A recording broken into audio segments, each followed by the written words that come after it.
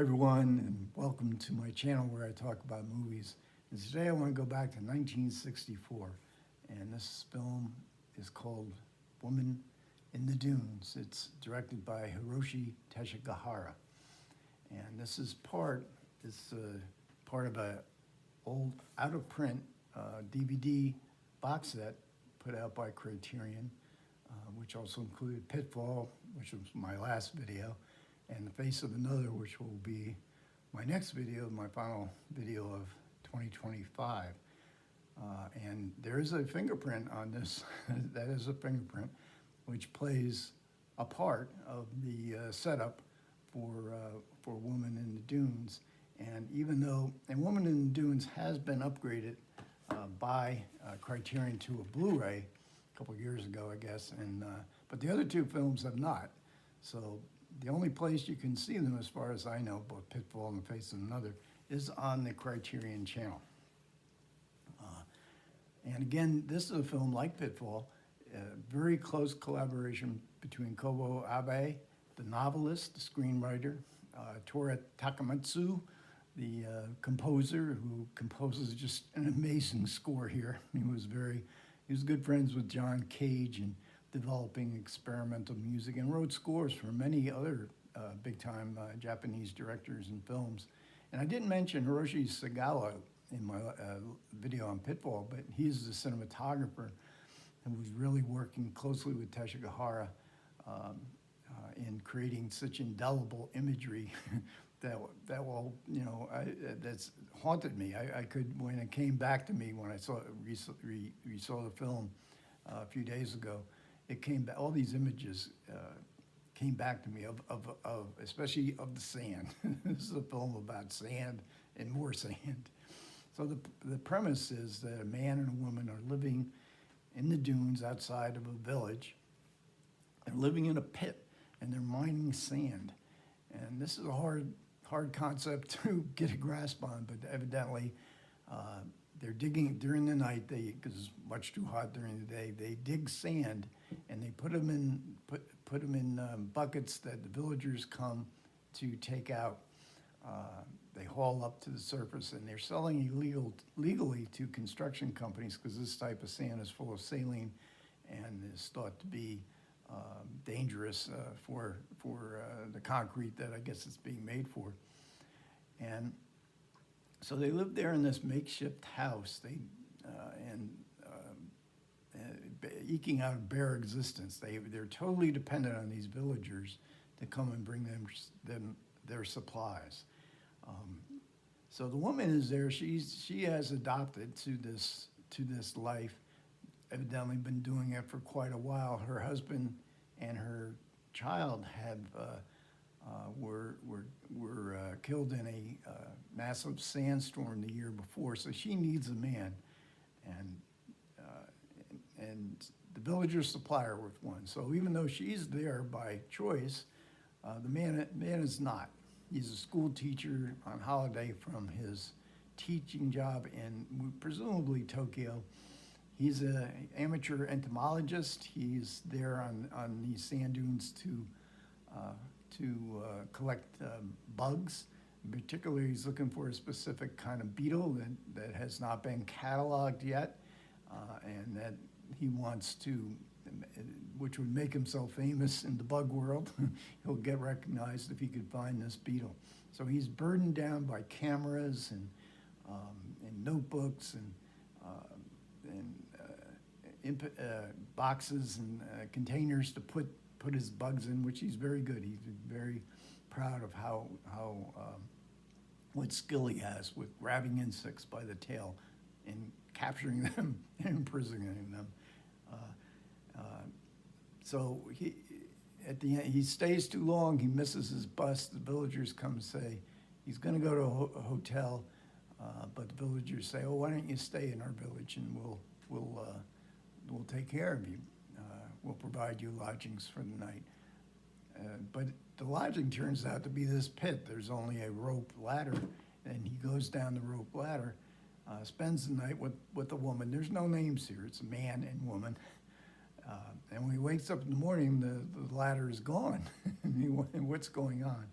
takes him a while before it dawns on him that he is now a captive, and there's no exit out of this pit. He tries desperately to get himself out, but the sand is too shifting, and even though he's not that far away from the surface, there's no way he can get himself out. Um, so this is very much a story of identity. He's now lost his identity. At the beginning of the film, as he's resting on the beach, either him or a narrator describes all the ID cards, all the identities, you know, for driving and for work and for moving. You have to have identity cards to move in out of the different prefectures in Japan in those days, and now he's lost them all. He has become a man without a name. He's become a man without identity. How is he going to create a new identity? Will he ever be able to escape this new situation that he's in? So I didn't mention Kafka in my last video. I mentioned some obvious precursors to Kobo Abe's writing. But Kafka is really, this is a Kafkaesque story. Now, Kafkaesque is used, you know, whenever there's a strange situation. This is a kind of metamorphosis that he is undergoing. And I mentioned the Twilight Zone in my last episode, and this is a very, I guess you could say, highbrow version of the Twilight Zone, but very much, it would fit very well in Rod Serling's world. And so it's a story of identity, loss of identity, our relationship to our environment, our relationship to our society, our ability to adapt, and find some meaning in what seems to be a meaningless world. And you can, I mean, this is an allegory, so you can find your own interpretations of the film. For me, it was the imagery. The story was definitely unusual, haunting. But Teshigahara and his cinematographer, Sagawa, I mean, they give you such images of sand, images of insects. This is also a two-hander. So we basically have these two characters, and we have them for the entirety of the film. And Teshigahara films it as if we're there. We're seeing everything from the man's point of view. Again, no names in this film, so it can become kind of claustrophobic because we have no escape really from it at all, as well as the characters go. And the man is played by E.G. Okada, and if you're a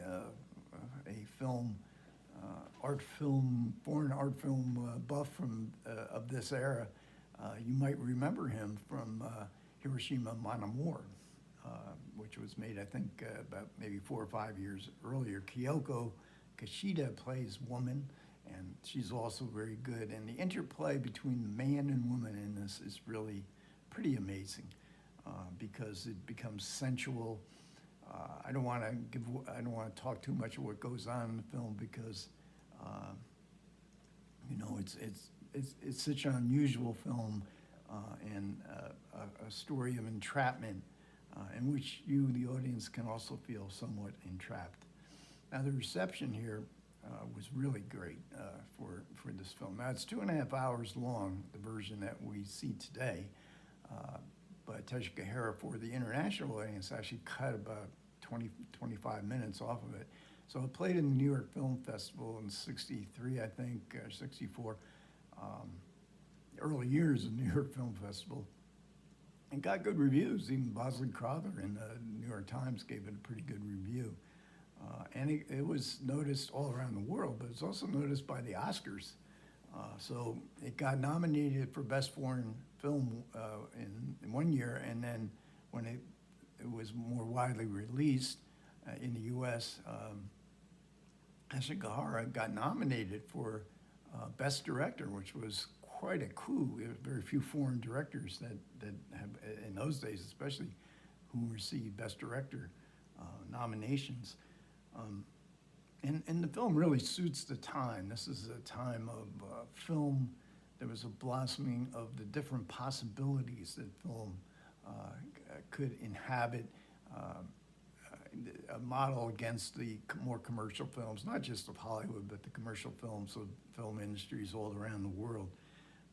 There was a time of existentialism, intellectual college students. You can see arguing about this film over a bottle of wine. Are there still intellectual college students today? I hope so, but there definitely were then. And I know I was in high school when this film came out, but even in the late 60s, these kind of films were still popular. At the university I was at, they had a great film society. And these are the kind of films you would get to see, and they were the packed auditoriums the discussion. They're the kind of film that will lead to a great deal of discussion. So it suited the times. It suited the times in Japan because there was suddenly a phenomenon of people disappearing. They would simply vanish without explanation. Shohei Imamura made a documentary. I can't remember the name of it now. It's a very good documentary that was about a certain person that did in fact disappear, and trying to find the why and the where. So again, this is allegory. This is something that can be interpreted in many ways. There's, many interpretations. I read quite a few reviews of the film, both from the time it was released and from more contemporary times. And there are specific interpretations that sound pretty good and convincing. But I'm against interpretation. I'm not totally against interpretation, but I like to me, the man, the woman, of course, they're part of an allegory, but this is a specific man. Is he standing in for modern man? Is this woman standing in for modern woman? I don't know. It's I loved the Twilight Zone when I was a kid growing up, and these were stories that were inexplicable.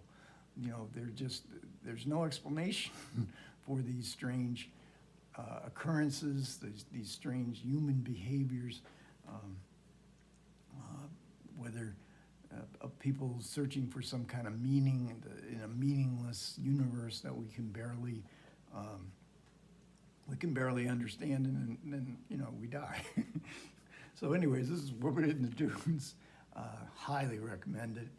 Again, it's a long movie, but I think if you get on its wavelength, I think it's one that you're very much going to enjoy.